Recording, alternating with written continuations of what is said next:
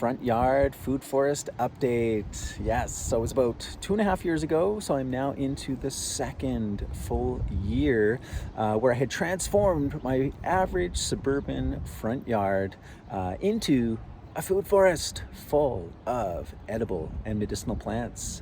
And yeah, it's just been popping. It's so exciting to see it all progress. And I've lived in this house for 10 years, and we started with the backyard, transformed that. The previous owners were kind of sort of gardeners, but very typical. They had kind of the automatic sprinklers on the front and the back, some nice flowers, a couple of peonies, some lilies, things like that. The type of thing that most people would have been pleased with, but we had a different vision. And this is our first time owning a home, so 10 years here. Prior to that, we literally moved every single year. And I'm an aspiring gardener. I love the idea of it, always have. But moving literally every single year for the 10 years prior that Laura and I had been together, we would move our compost. We would move our little gardening that we would do in buckets. So to be able to be in a home that we could fully take on and transform the space. Every year we do a little bit more. So we had started in the back, then we did the side, and just slowly. And then a couple years ago, it was like, all right, time to do the front. We had basically turned off the automatic sprinklers, and the front yard essentially died. The grass died. The birch trees had kind of met their end. They were already 40 years old. And I think much to kind of the what should we say, the disappointment of the neighbors kind of watching, the front of this house, not thrive as it once was. Like, we'll get there. And we finally did, and it's really turned out a little beautiful. So let me give you a little tour. I would say, easily tripled, maybe quadruple the number of species in this yard when it grows. And of course now everything, of course, is about beauty, but it's also about the functionality of, edible, medicinal. So maybe I won't introduce every single tree and bush that we have here, but we've got high bush cranberry, cramp bark, we've got cherry. My attempt at raspberries, they're coming along. Man, those are going to be awesome. Have a nice full front of raspberries. So we've got red currants, got a little bit of a herb spiral here. We've got motherwort. We've got Artemisia ludoviciana. We've got mugwort, chives, echinacea, tansy, chokecherry, rhubarb, some garden sage. Actually, yeah, both the salvia species and the artemisia, some yarrow, red currant, lady's mantle. I love how the lady's mantle just kind of like holds and captures the water. That was another big part of the design of this yard, like digging up the grass. We actually dug trenches, swales they're called, that basically, almost every yard and every house is designed to get water off of the property as fast and efficiently as possible, where we did the complete opposite. It was, how can we get that water to stay and the property to hold it? So we've got 3,500 liters of rainwater, storage in the form of rain tanks. We've got those kind of spread around the property. And then the swales are kind of like channels where it comes off the roof, and then we've channeled it to kind of like spread throughout the yard, so that when it rains and our tanks are full, it gets dispersed and it gets held in the ground. You can hold so much more water in the ground. And my kind of gardening is perennials, right? Plant them once. I love the perennials. I love the weeds. I love things that just have this kind of hardy resilience where, boom, like every year they just pop right back up. And, the goal is with these trees, these bushes, like get those deep roots, let them like tap in to that water that we're holding in the ground. And then we need to do less watering up top.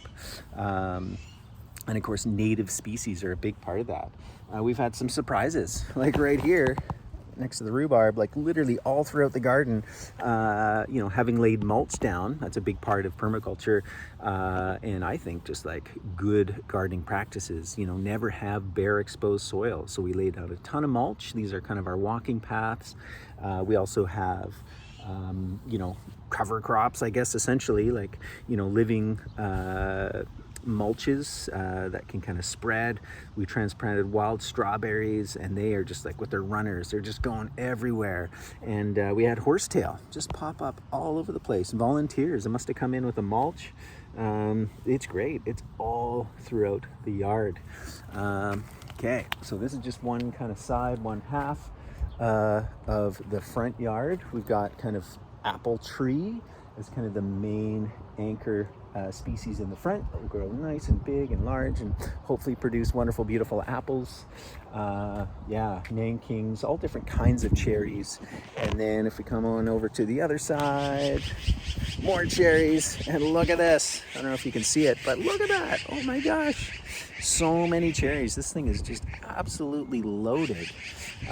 So we'll see. Might be one of those things we've maybe got to throw a net over it, just to kind of make sure we get some too. Not all the birds.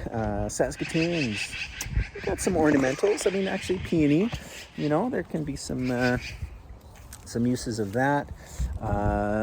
Some irises. So in fact, there was some plants that were rescues. I've got another apple tree.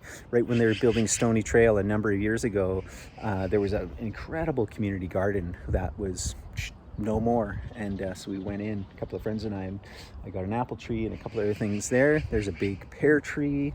We got some ferns. We've got cleavers. We've got comfrey. Haha. So huge. We got a couple of carriganas. Those are great for kind of nitrogen fixing.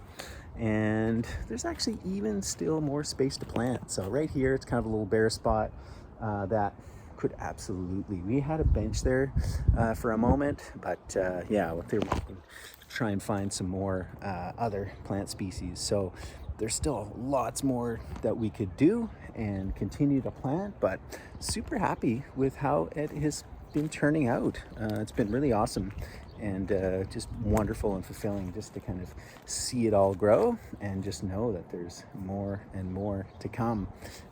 It's a work in progress, right? Year after year, kind of have an idea and a vision, like, okay, what could we create? What could we plant?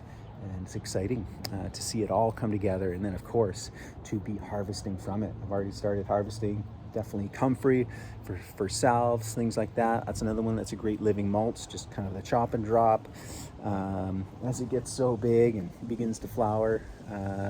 And then just the beauty of it all too. California poppies, planted some of those again this year. Those are going to be beautiful to see up. We've got some mallow. We've got, oh my gosh, just so much.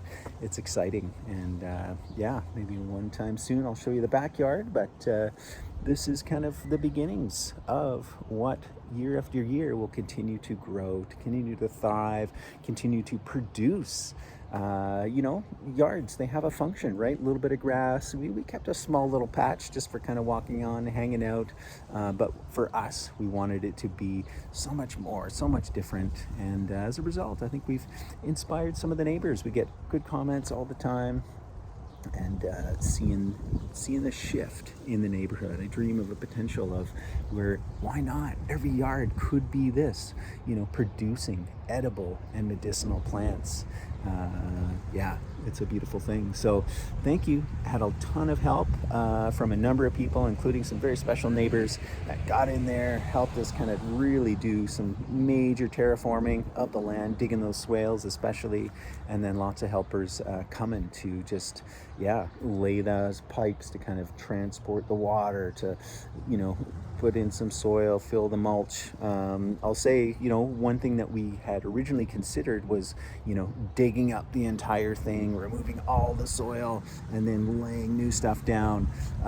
You know, cost was a big factor, but many other reasons we decided not to go that route. And what we did was we essentially just on top of the existing old grass and other plants, weeds, so on and so forth, is we just lay down cardboard and then kind of planted on top of that. And yeah, it's worked out beautifully. It's all integrating in well. So there we have it. That is kind of the evolution and the update on the yard permaculture food forest. Excited to see it continue to grow and go on and on and on.